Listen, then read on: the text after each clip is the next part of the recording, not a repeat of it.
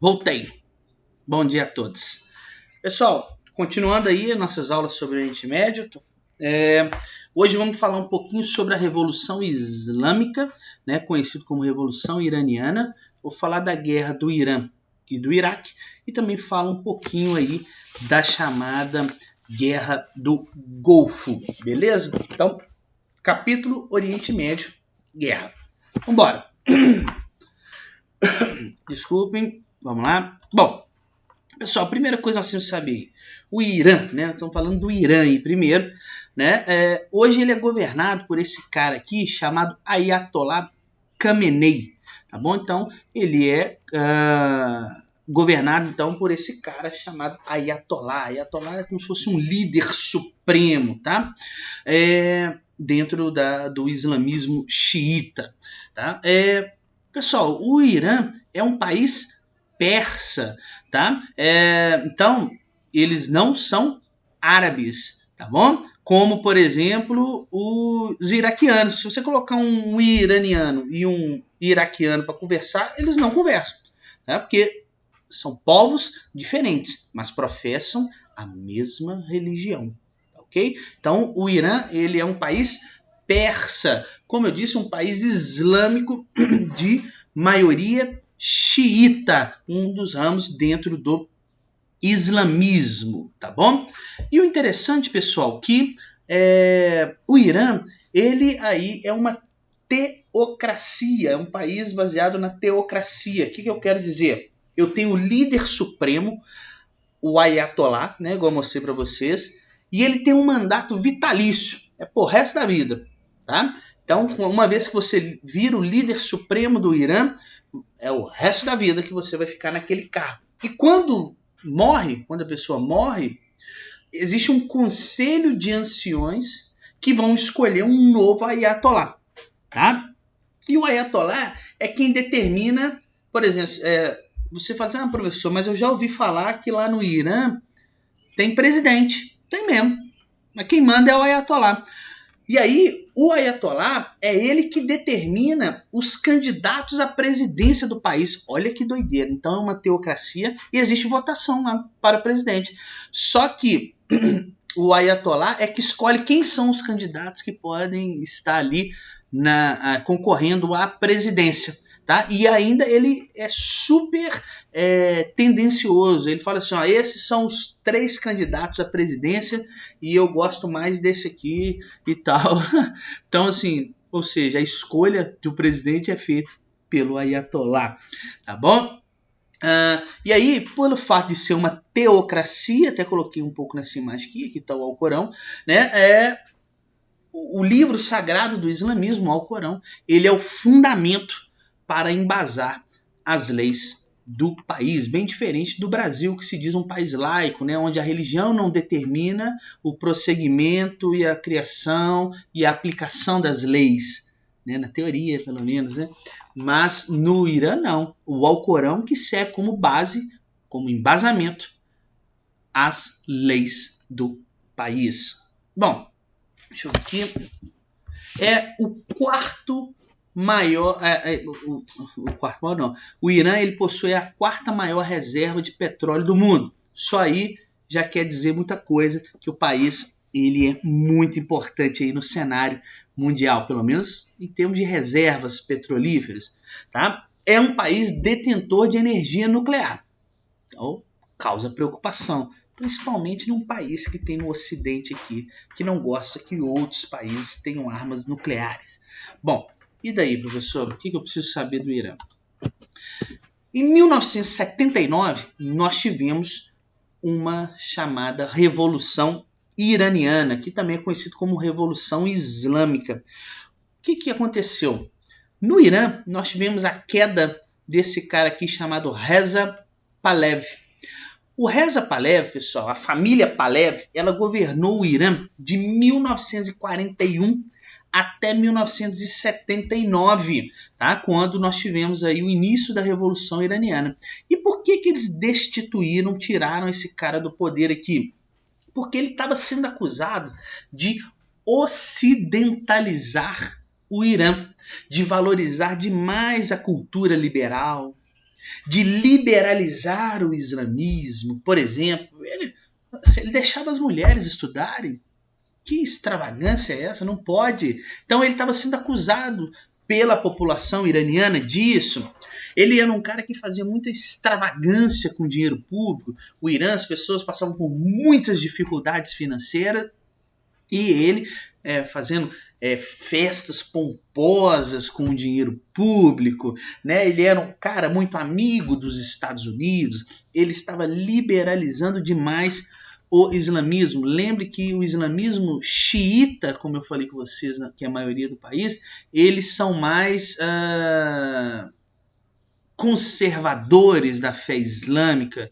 Então, para eles, por exemplo, não era as mulheres estudarem, as mulheres irem à praia com trajes de banho, as mulheres frequentarem as mesmas praias que os homens, as mulheres conversarem com as pessoas, por exemplo, na rua, para a população. Isso não era uma coisa legal, isso não era uma coisa bacana de se acontecer. Para a gente aqui no Ocidente, a gente pode até pensar, mas espera aí, o Reza Pahlavi está fazendo uma coisa boa, né?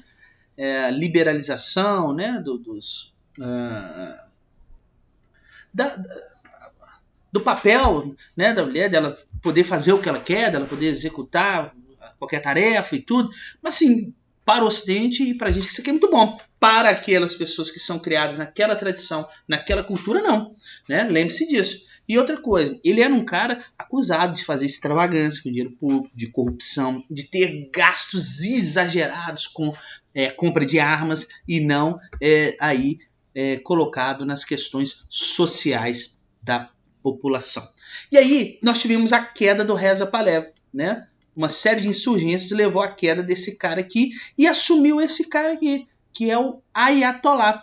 Hoje, o Irã, como eu falei com vocês, é governado pelo Ayatollah Khamenei, né? E esse aqui é o Ayatollah Khomeini, tá? Que ficou no poder de 79 a 89. A 89 assumiu o Khamenei, que está até hoje. Tá? Então, esse Ayatollah aí, né, é o Khomeini, e ele foi o responsável por direcionar e dirigir o país após a queda do Reza Pahlavi. Lembrando que o próprio Ayatollah aqui, ele que liderou os movimentos, né, contra o Reza Pahlavi. Bom, o que eu preciso saber disso tudo aí, pessoal? Antes dessa Revolução Islâmica de 79, existia uma proximidade muito grande desse país, do Irã, com o Ocidente. Tá? Existia uma maior liberdade, como eu falei com vocês, principalmente para as mulheres, que poderiam ocupar cargos dentro da ciência, elas podiam dirigir, usar roupas, qualquer tipo de roupa, irem às praias, etc. Então, antes da Revolução existia essa proximidade com o Ocidente, mas a proximidade do governo não quer dizer de toda a população, tá? E aí, as causas que vão levar à queda do Shah é um título, tá? De rei, tá bom? Shah significa rei dentro do islamismo persa, né? Na antiga Pérsia, né? Que é o Irã. E aí, as causas da queda desse Shah, né, são a insatisfação em relação à ocidentalização dos costumes, os elevados gastos militares, falei com vocês, o crescente aumento das desigualdades sociais que estavam sendo empregadas dentro do Irã, a influência dos Estados Unidos dentro do Irã, sobretudo pela questão quarta maior reserva de petróleo do mundo, não se esqueça disso, tá? E isso fez com que nós tivéssemos a queda, então, do Shah Reza Pahlavi e assumisse aí o conhecido Ayatollah Khomeini, tá? Essa, pessoal, revolução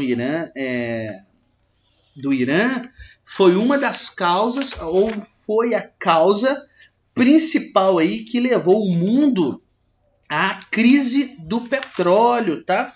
Levou o mundo à chamada crise do petróleo, quando houve um desabastecimento do mundo com o petróleo, não se tinha aí combustível nas bombas, foi um caos. O que essa revolução, que interessante trouxe, por exemplo, aqui para o Brasil, né, foi que a falta de combustível, né, acabou sendo desenvolvido aí o programa para a criação de um combustível alternativo, que foi o etanol.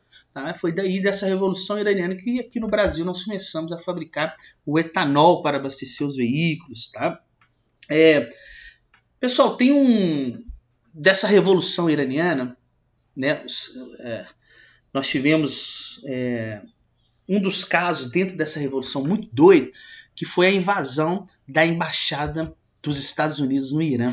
Os revolucionários aí, dessa revolução no Irã, eles invadiram a embaixada dos Estados Unidos. Embaixada, pessoal, é um território do país. Ali, por exemplo, se tem a embaixada dos Estados Unidos no Irã, significa que dentro dos domínios do muro da embaixada, ali é território americano. Então os caras invadiram, fizeram uma porrada de refém lá, tá? E eles invadiram a embaixada, por quê? Adivinham, Reza Pahlavi que se escondeu em que país? Ele foi para que país quando teve sua queda? Estados Unidos. Né? E aí, a CIA, né, ela fala assim, como nós vamos fazer para tirar esses reféns da embaixada lá? E aí, eu até recomendo vocês assistirem o filme Argo. Os caras criaram um negócio fantástico.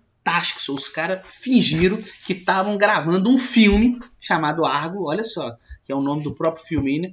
Eles fingiram, isso aconteceu de verdade, eles fingiram que estavam gravando um filme para poder filmar lá na embaixada e resgatar e tirar essas pessoas do Irã, do país, esses americanos do Irã, sem derramar sangue. Os caras fingiram. Então eles tiveram que fazer toda uma produção cinematográfica para poder tirar essas pessoas. Então vários agentes estavam disfarçados lá de atores, aquela coisa.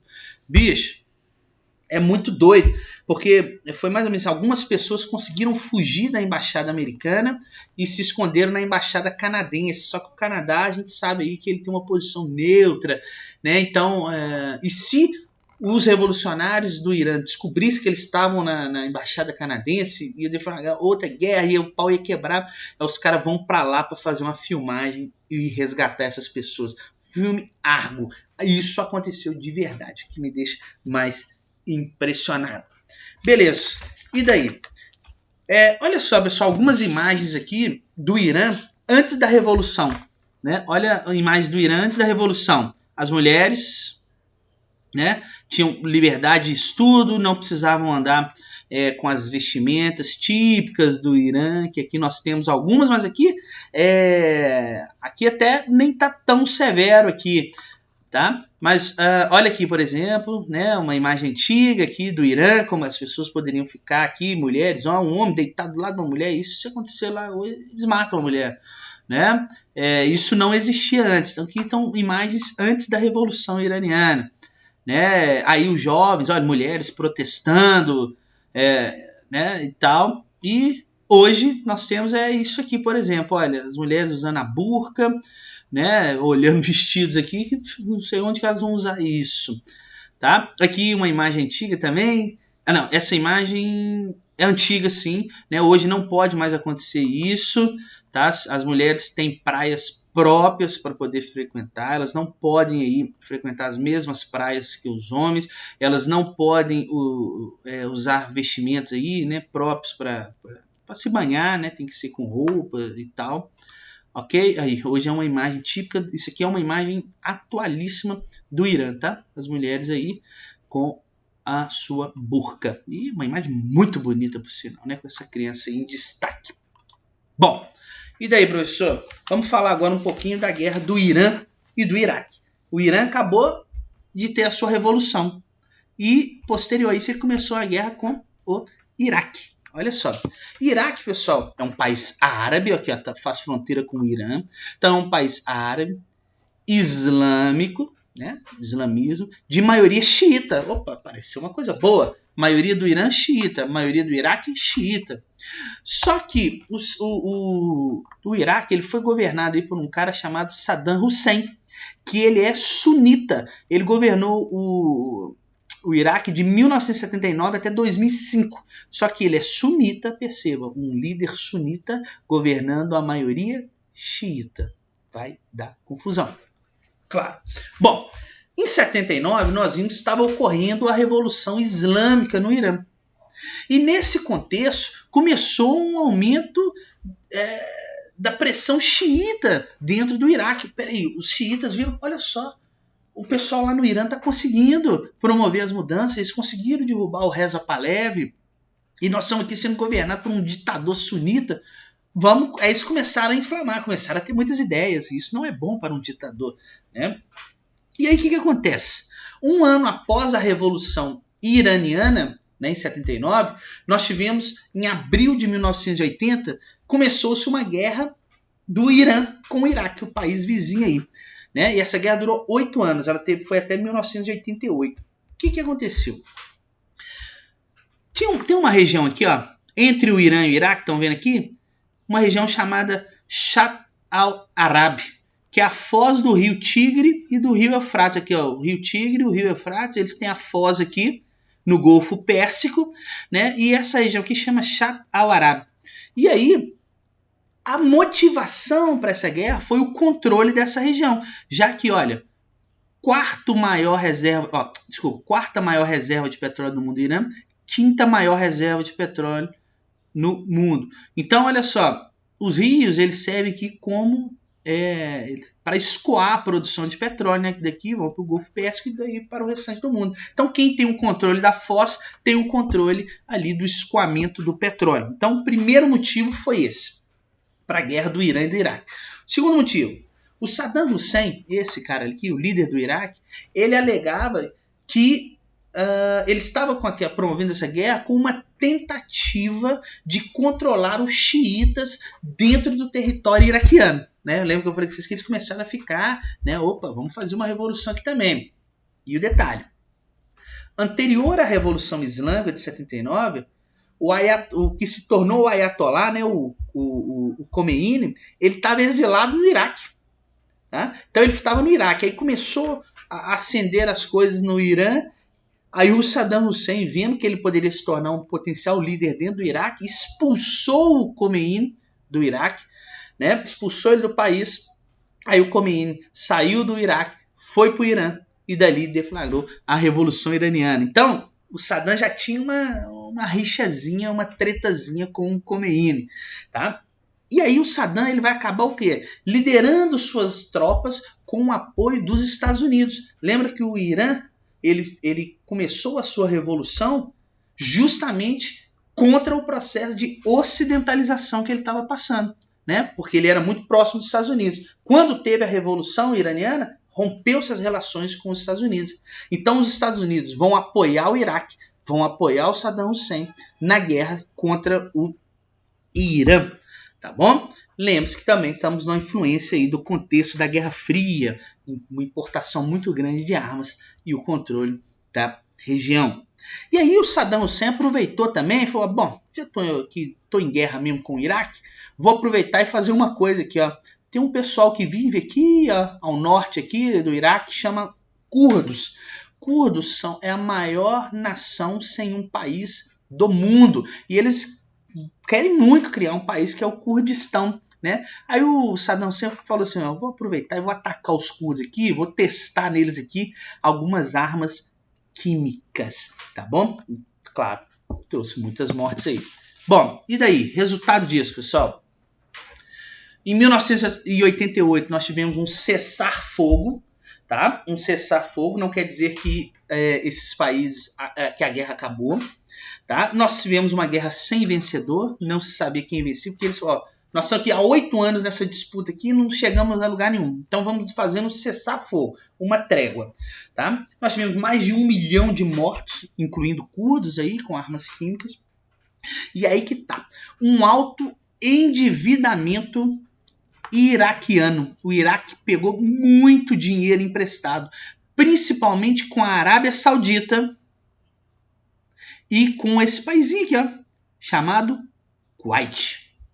E é dele que nós vamos falar agora, da chamada Guerra do Golfo. Olha o que o Saddam Hussein fez. Aqui, deixa eu ver aqui, uma imagem aqui do Shatt al-Arab, né, na foz dele, e aí a disputa Saddam versus Khomeini. E aí, pessoal, lembra que eu falei que o Iraque pegou muito dinheiro emprestado, né, principalmente com o Kuwait.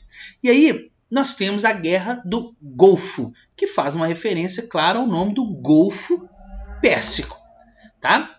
Essa guerra começou quando, lembra que em 88 teve um cessar-fogo entre o Iraque e o Irã.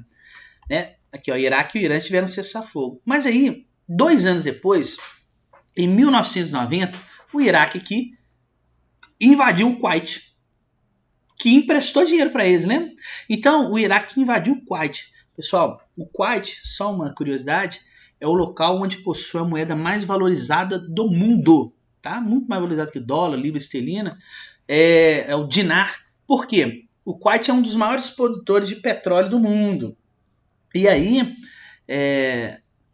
como o petróleo é comercializado em dólar, nesse país, e ele vive do petróleo, então praticamente todas as transações comerciais são feitas em dólar. E aí a população não usa a moeda local, fazendo com que ela se valorize muito. É a moeda mais valorizada do mundo. Olha que doideira. Enfim. Bom, qual que foi a motivação que levou aqui o Saddam Hussein do Iraque a invadir o Kuwait aqui? A motivação oficial que ele falou para a mídia foi o seguinte, ó, o Kuwait está vendendo petróleo abaixo do preço da OPEP, da Organização dos Produtores e Exportadores de Petróleo, né? Ele está vendendo um preço abaixo, como é que nós vamos concorrer? Essa foi a alegação do Iraque. Só que o motivo extraoficial, o motivo real que o Iraque invadiu o Kuwait foi que, como o Iraque pegou muito dinheiro emprestado com o Kuwait aqui e não tinha como pagar, então ele invadia o Kuwait e fazia o não pagamento da dívida contraída durante a guerra do Irã e do Iraque. É mais fácil, né? Invade esse país aí, a gente não precisa pagar mais ele. Bom, o problema, essa guerra do Golfo é conhecida como a guerra do videogame, tá? Eu vou falar com vocês. E aí, o que aconteceu? Quando o Iraque, então, invade o Kuwait, um dos maiores produtores de petróleo do mundo, se é o maior produtor de petróleo do mundo, é aliado dos Estados Unidos. Os Estados Unidos não estavam apoiando o Iraque contra o Irã, só que agora os Estados Unidos falou, peraí, Saddam, agora não dá não, agora eu tô contra você. E aí foi feita uma coalizão liderada pelos Estados Unidos para fazer ataque contra as tropas iraquianas. E essa operação muito doida, ela tem um nome aí hollywoodiano, claro, Operação Tempestade no Deserto. Foi a coalizão dos Estados Unidos contra o Iraque. É chamada de guerra do videogame, pessoal, porque para mostrar os Estados Unidos, para mostrar a força dele. Lembra aí, década de 90, o final da Segunda Guerra Mundial, né, os Estados Unidos se imperando como um grande vencedor, vamos dizer, do mundo, para mostrar a sua força. Eles invadiam, eles utilizaram muito aviões, né, tempestade no deserto, eles utilizavam aviões durante a noite. Por quê? Durante a noite dava para se ver no céu os mísseis cruzando, né, os rastros dos mísseis, e foi a primeira guerra televisionada do planeta. Depois vocês procurem no jornal, no YouTube, tem lá Jornal Nacional Guerra do Golfo, né, com exclusividade os caras mostrando essa guerra. Foi um trem muito doido, tá? E o resultado, claro, queimas de poços de petróleo pelas tropas iraquianas, mais de 1.000 civis mortos, sanções comerciais e financeiras. O Iraque tomou uma traulitada, não preciso nem dizer. E essa treta, né, aí a partir da Guerra do Golfo, que vai deflagrar aí, depois de um tempo, de uma invasão dos Estados Unidos dentro do Iraque.